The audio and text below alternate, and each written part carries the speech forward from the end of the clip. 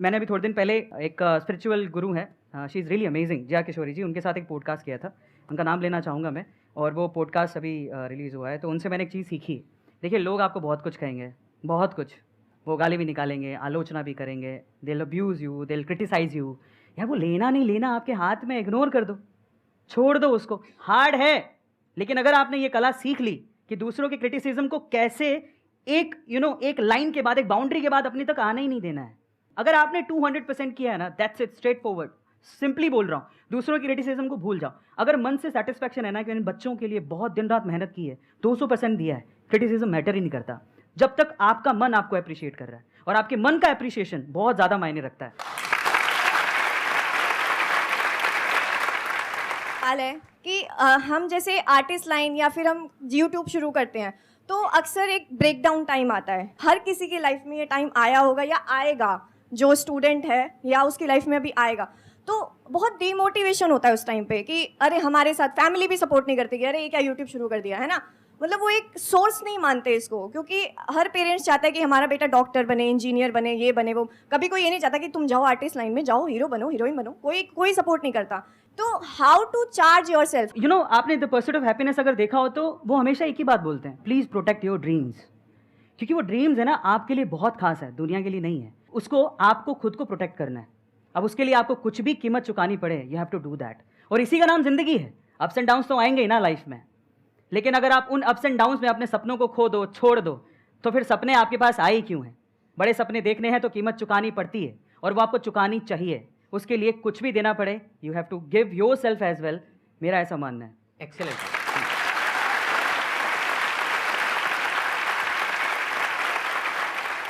मैं आपको बताता हूँ कि ये बात है, जब मैं बहुत छोटा था, मेरे मामा, मेरी नानी, हम लोग सब साथ में बैठे हुए थे। तो मेरे मामा ने मुझसे पूछ लिया कि जैसे बाय द वे तू करना क्या चाहता है। मैंने कहा बहुत बड़ा आदमी बनूंगा। मतलब मैंने अपने आप को कभी कम आंका ही नहीं। लोगों के सोचने से फ़र्क नहीं पड़ता। मैंने बोला बहुत बड़ा आदमी बनूंगा, मैं बाहर जाऊँगा कुछ करने के लिए, इंजीनियरिंग करूँगा। तो मेरे मामा हंसने लग गए। ऐसा होता है जनरली, लोग फैमिली में होता है, आप लोग कोई ना कोई आप पे हंसा होगा। तो उस दिन वो हंस लिए, मेरे मामा उस दिन हंस लिए।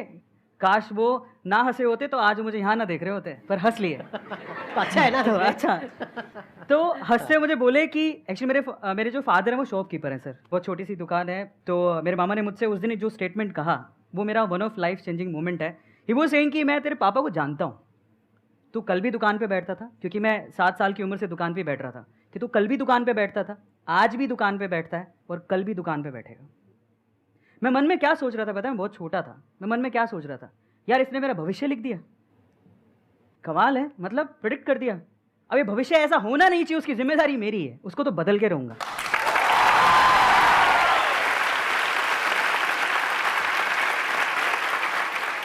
अब क्लैरिटी थॉट क्या है जरा समझते हैं। यहां से मुझे मेरा करियर बिल्ड करना है, बहुत कुछ पीछे सुन के आया हूं, और बहुत कुछ लोगों को बताना है और प्रूफ करना है। लेकिन जब मुझे मौका मिला तो मैं भी बहक गया। जब बाहर निकला मैं तैयारी करने के लिए सर, तो अगेन पता नहीं कैसे बताऊं, बट वहाँ पे एक लड़की थी। बाहर जाने के बाद जब हवा लग जाती है, फ्री हो जाता है इंसान, उसी की तरफ दौड़ता है। तो मेरे साथ सेम हुआ।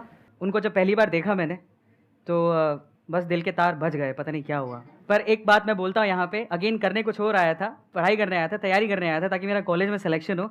लेकिन वहाँ पर इस चीज़ में अगेन साइड में हो गए, डाइवर्ट हो गए। बिकॉज उस टाइम पे क्या, मुझे एनर्जी बहुत थी, जैसे आज आप फील कर रहे हो इससे 10 गुना ज़्यादा थी। मुझे ऐसा लगता है तो मैं बहुत कुछ कर सकता हूँ, लेकिन वो जो एनर्जी होती है उस टाइम पे स्कैटर्ड होती है, इस वजह से आप बहक जाते हो। लेकिन उसे अलाइन करना बहुत ज़रूरी है, और उसके लिए एक पर्सन चाहिए जो आपको समझ सके। तो मुझे लगता था कि यार ये मेरी फ्यूचर वाइफ हो सकती है, ऐसा करके। यस।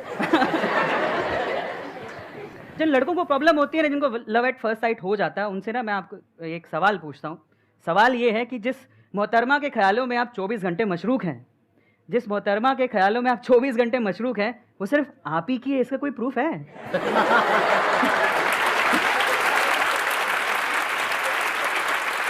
उसके आने का इंतजार करना, उसके जाने का इंतजार करना, उसे देखना, है ना? बिल्कुल होता है।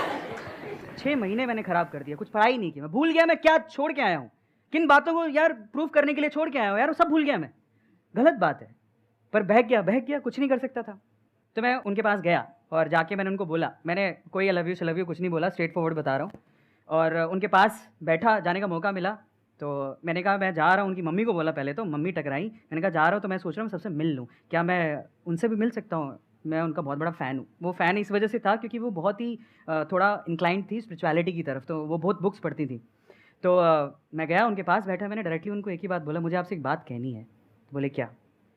मैं मुझे आपसे शादी करनी है। अब अच्छा शादी करनी है, भाई मैं बता देता हूँ मुझसे 5 साल बड़ी थी। उन्होंने कोई रिएक्शन नहीं दिया। लास्ट में जब पूरी कॉन्वर्सेशन हो रही थी, सुनती रही, लास्ट में उन्होंने मुझे बोला कि एक बात बोलती हूँ, ध्यान से सुनना। मैंने कहा हाँ। बोले अपने माँ बाप के पैसों पे तुम यही करने आए हो क्या? स्टेटमेंट बहुत खतरनाक थी, दिल पे चुभ गई कि अपने माँ बाप के पैसों पे तुम यही करने आए हो क्या? फिर उसने बोला कि तुम जब 6 महीने पहले आए थे ना, तुम्हारे बारे में बहुत सुना था कि तुम बहुत इंटेलिजेंट हो, अब क्या हो गया? फिर लास्ट में उसने जो बात बोली वो आप सब लोगों को सुननी चाहिए। अगेन मैं कह रहा हूँ लड़कियाँ बहुत मैच्योर होती हैं। वो खुशी वाली बात भी थी लेकिन चैलेंज भी था मेरे लिए। उसने बोला तो सफल हो जाओ, अपने पाँव पे खड़े हो जाओ, तब हर चीज़ तुम्हारी कदम चूमेगी, तुम्हें सब मिल सकता है, शायद मैं भी। एंड जब उसने वो स्टेटमेंट बोला, मुझे दुख से ज़्यादा खुशी इस बात की थी कि आग दोनों तरफ है। वो कह रही शायद मैं भी।